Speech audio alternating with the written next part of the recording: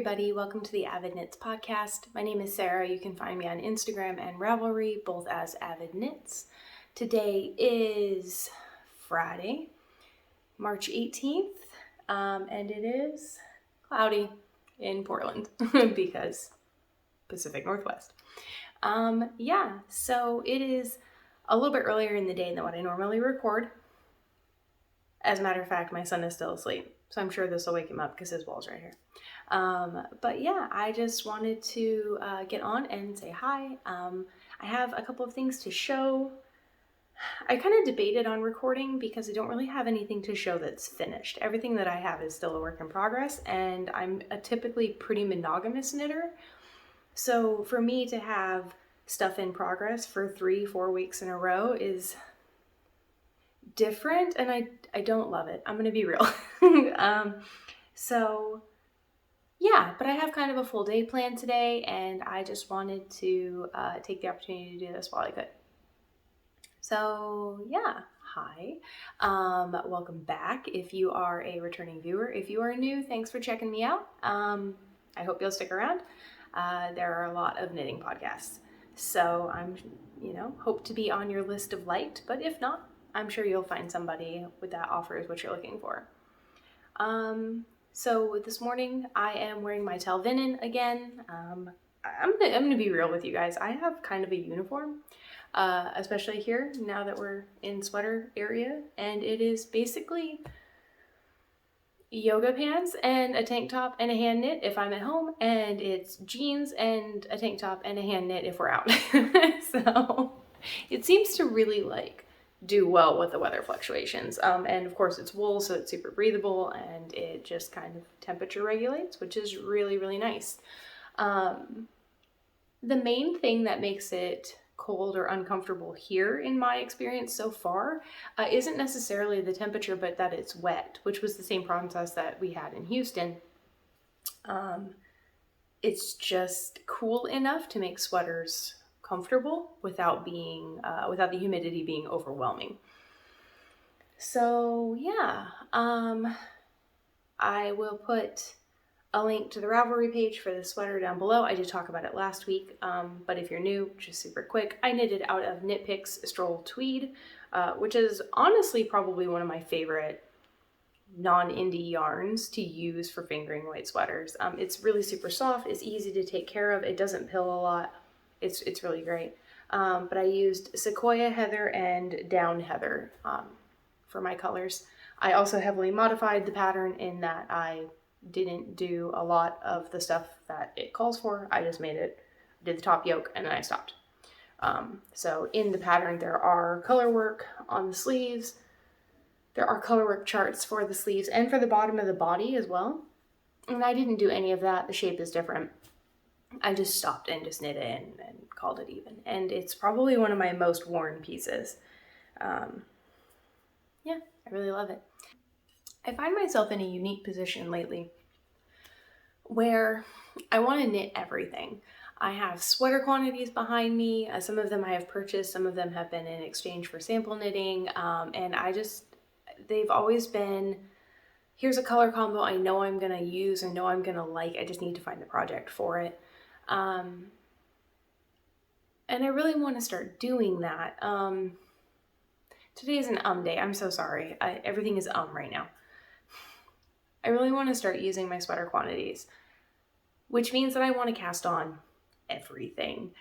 But I have 3 things on the needles right now that are not getting worked on at all. It's really frustrating. I'm going to start with the thing that I have not worked on and then build my way up to the thing that's taking up my life right now. First, I have my Auster sweater. This is Auster for Him. I believe it's by Michele Wang. It was a Brooklyn knit. Wow, no. It's a Brooklyn Tweed pattern. It's knit out of red Stag Fibre, Croft DK, which is a superwash BFL base, and it's in the colorway Glas. I have separated for the arms. I am knitting up the back. The back and the front are the same. up until the short rows, probably, like up until the top of the back, there's short rows, if I remember correctly. Like I said, I've knit this pattern before. I made it as a sample for the Modern Skein, which is a yarn store in Montgomery, Texas. As a matter of fact, the owner of that shop is named Sharon. Her husband is the dyer behind Red Stag. I knit a sample for Josh out of this base, out of this color, and I liked it so much that I almost didn't give it back. But I liked it so much that I wanted a replica of it, and since we live across the country now, I figured that I can get away with it. I'm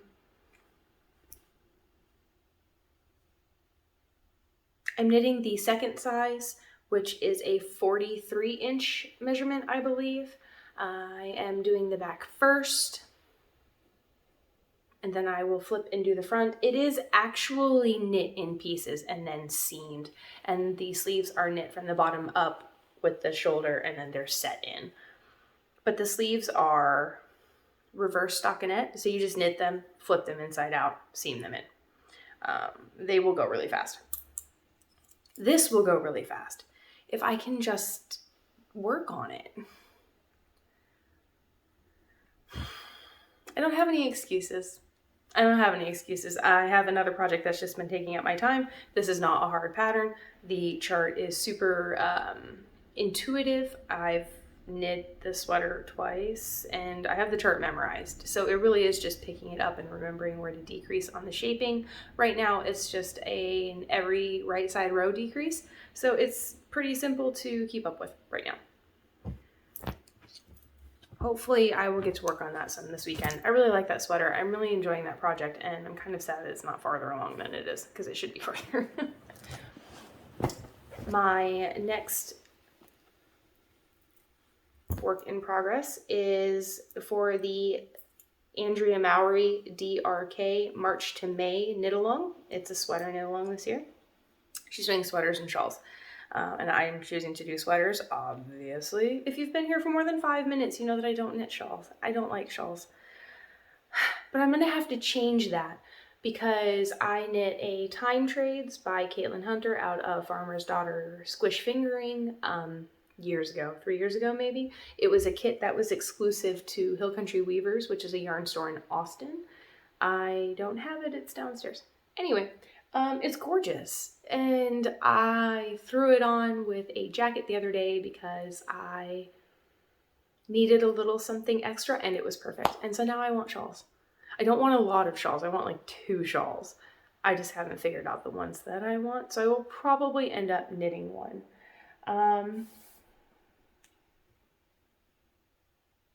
It's packed away. I didn't even unpack it.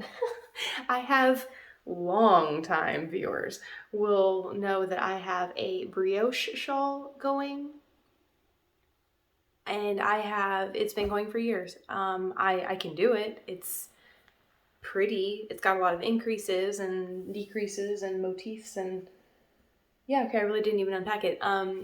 I'm gonna rip it out, and I still want to use it for brioche. I just don't want the entire shawl to be brioche. I get really bored. I find shawls to be boring. You do a lot of flipping, and so to me it's like, especially since I knit a lot of sweaters, once I get to the part where I'm flipping, it should be like almost over, right? And it's not. You end up with 600 stitches on your needles, and I just don't understand the joy of that. It will definitely not be a pleasure knit. It will be a process knit. But I have been looking at some of Andrea Mowry's shawl patterns, especially that have like just a band or 2 of brioche, that is just straight brioche, and I feel like one of those in an asymmetrical triangle would be really, really nice to have for days that it is windy and nasty here, or that we go to Seattle and you want to walk along the Sound and the wind is nuts. I digress. You don't need to know any of that. This is how my brain works right now, and that's why I'm not getting anything done. It's very annoying. My DRK March to May knit along right now is the pink velvet. I am past the yoke. I am past the sleeve separation. I am on the body. I've probably knit 1.5 inches. And this is knit out of Farmer's Daughter fibers. That's a really common theme around here. I really, really like Candace's yarn. The main color is on her Moon Sisters base, which is actually a gold stellina It's really subtle, especially on this colorway, and the flecks end up being kind of a rose gold because they picked up some of the tint of the purple. This is Willow Creek, and then my contrast color is over there. My contrast color is this beautiful peachy mohair. This is her, oh no, it's not Odang. It is her Mighty mohair base that I held double to make it a fingering because it is a lace weight. The colorway is Dumplin. And yeah, so I'm really enjoying this project. It's going really well. Right now I'm on the body, and as far as I can tell in the pattern, there really isn't any shaping, so it's just around and around and around. And yeah, I'm super happy with it. So I just, like I said, I just want to be able to work on it. This is my thing. I want to be able to work on and finish. I want to be able to finish things so I can wear them. I don't have the sweater yet that I have finished in Portland. And that just seems really weird to me that we've been here for over a month and I don't have anything finished. That's just odd. Yeah. Finally, the thing that's taking up my life right now is knit out of some undyed. This is called Nothing There, and the dyer is, or the yarn company is Fully Spun Fibers. This is their Postscript fingering. And then my contrast color is a Mustache fingering weight. This is the Kama Sutra colorway. It's very popular. I wasn't planning on sample knitting at all until August, and when I saw the pattern, I reached out to the designer. I knit for Jamie a lot. This is a Jamie Hoffman pattern. You will find her as Knitosophy on Instagram and Ravelry, and the Making Co app if you're on that now. And I reached out and was like, you know, if you needed somebody to knit a sample for that, I probably wouldn't say no. And she, actually, it worked out really well that I did. She reached out to all of us testers yesterday with an email about her mom's health, and she's going to have a lot on her plate here pretty soon. And so I'm really glad to have been able to pick up a sample for her to be able to help out a little bit. It is the size 1. It is the smallest size that she offers for this. There are a lot of sizes. Jamie grades very high. There's like 19 patterns, I think, was for the Forsythia cardigan, so I'm sure that she's in that range for this one. I don't know off the top of my head. But this is the 28-inch chest. You can tell that the top of it has been blocked. I wanted to block it out to see what the yarn was going to do. There has been yarn choices that she has made in the past where the fiber content just doesn't lay well for color work, and it looks like the rest of the body after blocking. So I knit 2 repeats of the color work and I blocked it out just to see what it was going to do. So as you can tell, the top of it is really smooth and it's really beautiful. The rest of the body will look just like that. This is my first color work raglan. I've never done that before, so I'm a little concerned about some of these areas here where the increases lie, just because I've never done that and I'm not sure how blocking will work, since a raglan is a little more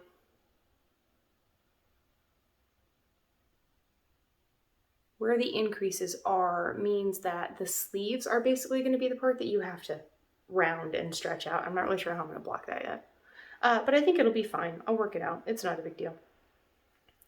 But yeah, it is a colorwork raglan, which is pretty cool. It's got the increases are right here. It's very pretty.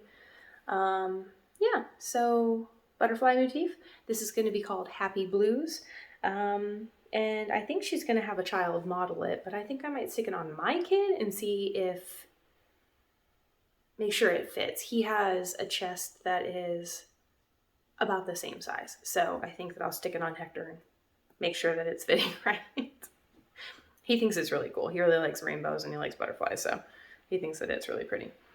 And yeah, so that's what I'm working on. I am a few inches into the body and I don't have too much more to go. And then I'll stick some sleeves on it and we'll call it even. I think the sleeves are color work too. To be honest, I haven't actually seen a finished one yet. It's still in testing, so almost everyone that I have seen is like mine and doesn't have sleeves quite yet. I'm pretty sure it's going to be color work on the sleeves. That would make the most sense, I suppose. And that's it. that is all that I am working on. I don't have time to work on anything else. Between homeschool and having been, getting settled here and adventuring and all of those things, it's been a little bit nuts, but in a good way, in the best ways. I am finding that since I'm having to force myself to sit down and knit because I really just want to sit in my living room and watch my crow friends eat all of the peanuts, I'm having to sit like in a different room, and I'm putting on podcasts. So I found a couple of new to me podcasts that are not new at all, but people that I have not previously watched. One of them is Andrea Liu, and she is the knitting PT. She does really great reels on Instagram reminding crafters to stop hunching. One is Mel Asado. She lives in Japan now. She is Cozy Cardigans on Instagram. I will link her. She's got some really nice episodes, some really nice things going on.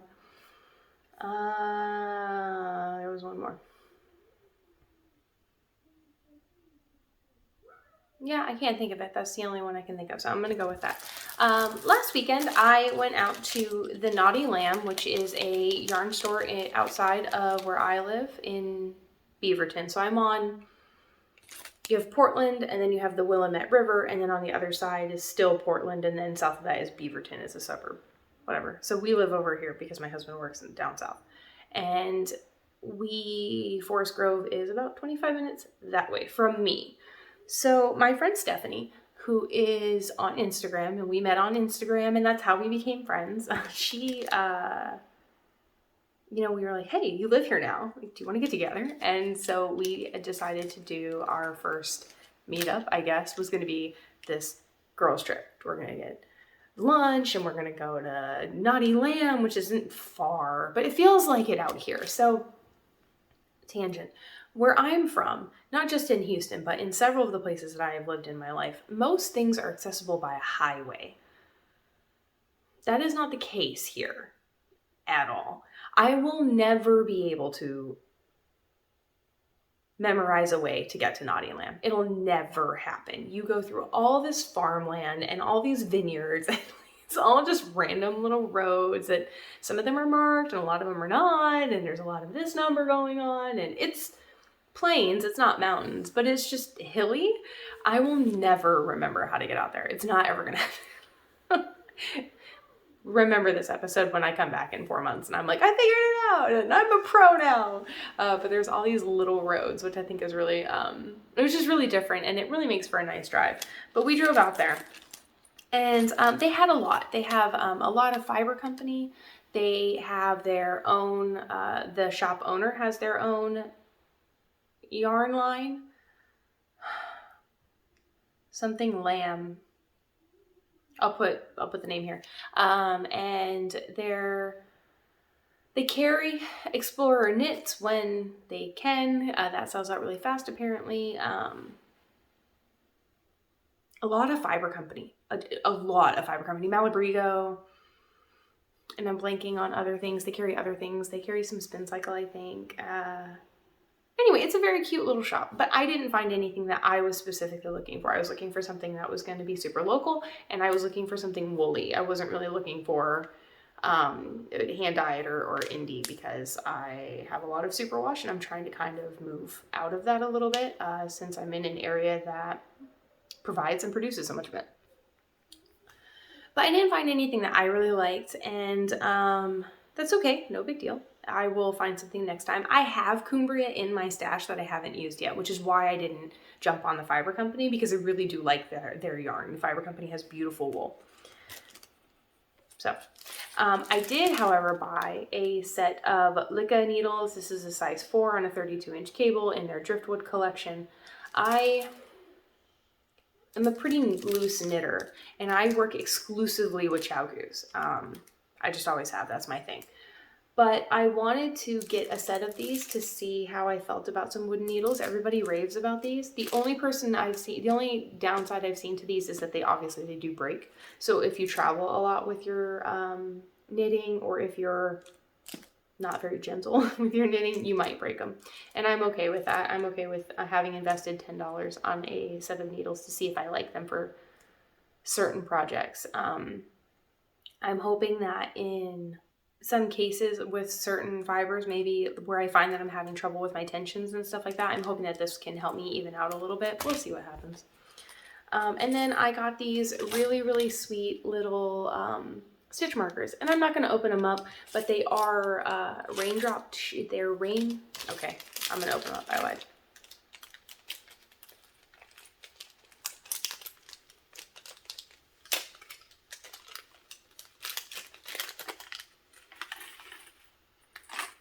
Okay, so the stitch markers themselves are shaped like raindrops. I hope you can see that.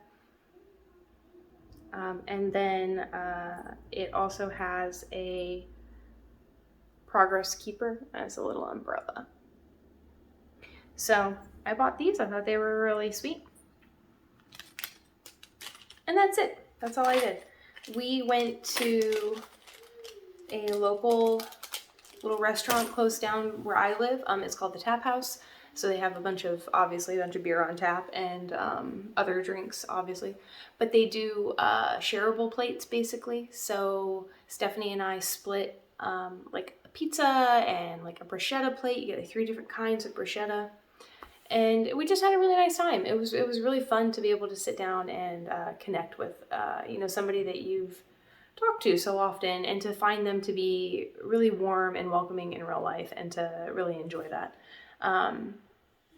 We are going to get together today, actually, we're going to include the husbands this time, which will be really fun for us. Anosimo and I don't tend to have couple friends. He works, especially in Houston, he works a lot, and the people that he tends to meet are people who are also working a lot, and nobody really has free time. So now that we're here and we have more free time, we're really excited to be able to make friends and have social lives, I guess.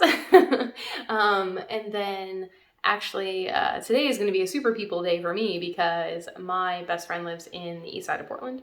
Her name is Camille. I've talked about her several times.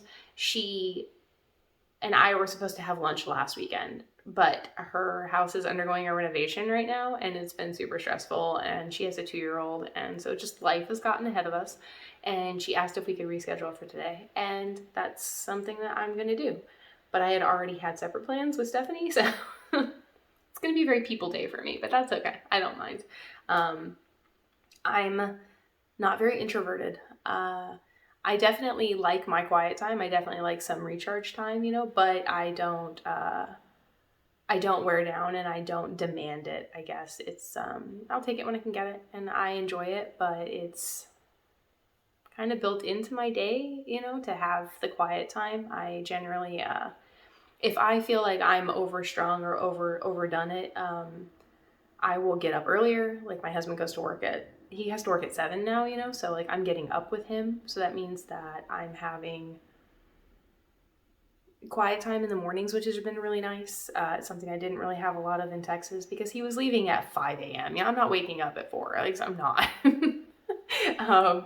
Then like in the evenings, like I'll send Hector to bed with my husband. Like, you guys go watch TikToks or something. And then like, I just have some knitting time, and I will carve out my time. I don't have a problem doing that. My husband is I don't have that relationship where the person next to me wonders why I don't want them, so I'm really excited. I think it's going to be good. So yeah, I feel like today has been a little bit scattered, and a little bit less focused, and a little bit less energetic, maybe. So I'm sorry if that comes across on camera, but I really wanted to record, but I didn't really have anything to say. I don't know. I wonder if all podcasters are like that. Do you get to a point during a week where like, oh, I would really like to record and do this, and then find that you have nothing to say? Or I wonder if people are like, oh, I gotta record. Okay. I don't know which one of the spectrum it is. I know that I have days where I'm like, I don't want to record. And I just don't. I'm sorry. I put out peanuts in the morning, and we have a mated crow pair in our neighborhood, but there's a third crow that I've been seeing lately, and I don't know if it's one of their nestlings, maybe.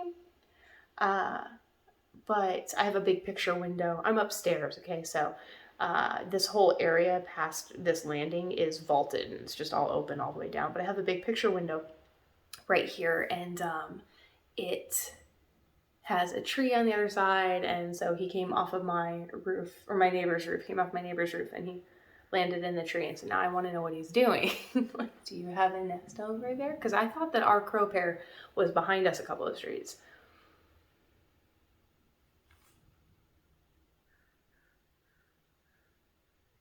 I wonder if you can hear him.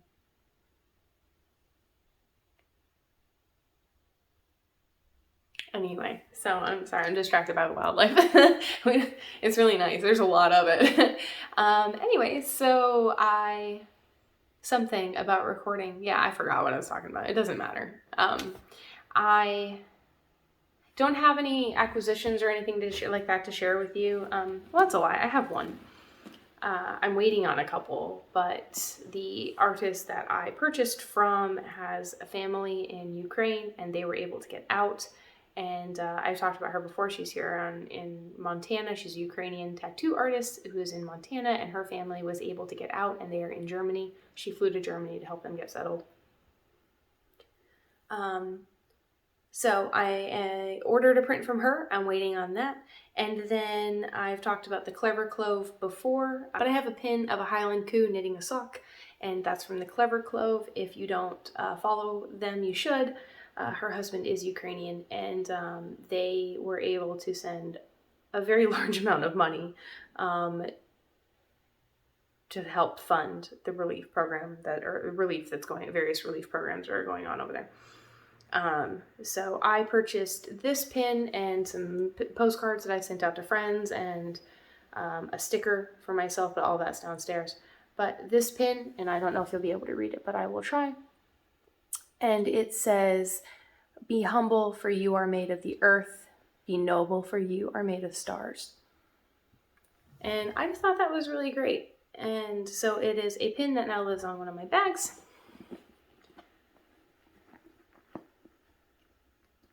And those are all of my acquisitions and everything that I have done in the last week. I find that a week really isn't long enough to have for recording. I might stretch it to 2 weeks just so that I have things to talk about. If there's anything that I do or am mentioning, or things that I use, or techniques, or whatever, if there's ever anything that you guys would like me to talk about, please feel free to link it to mention it below. I don't do these things so that I can talk to myself or to have it as a project diary. I kind of do it to be able to chat with you guys. So if you are not doing what I do and sitting across the room with it on your TV, and you're near a keyboard or something that can leave comments, I love getting comments from you guys. I love hearing what you're working on. Hit me on Instagram, send me pictures. Like, I am all about it. And yeah, I hope that everybody in your life and in your family is safe and healthy and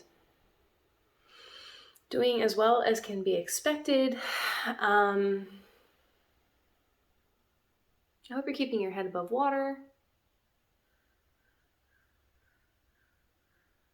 I hope you have a crow friend to yell at you to tell you that they're out of peanuts. Yeah, and that's it. I hope you have a really, really great weekend, and I will talk to you guys soon. Bye.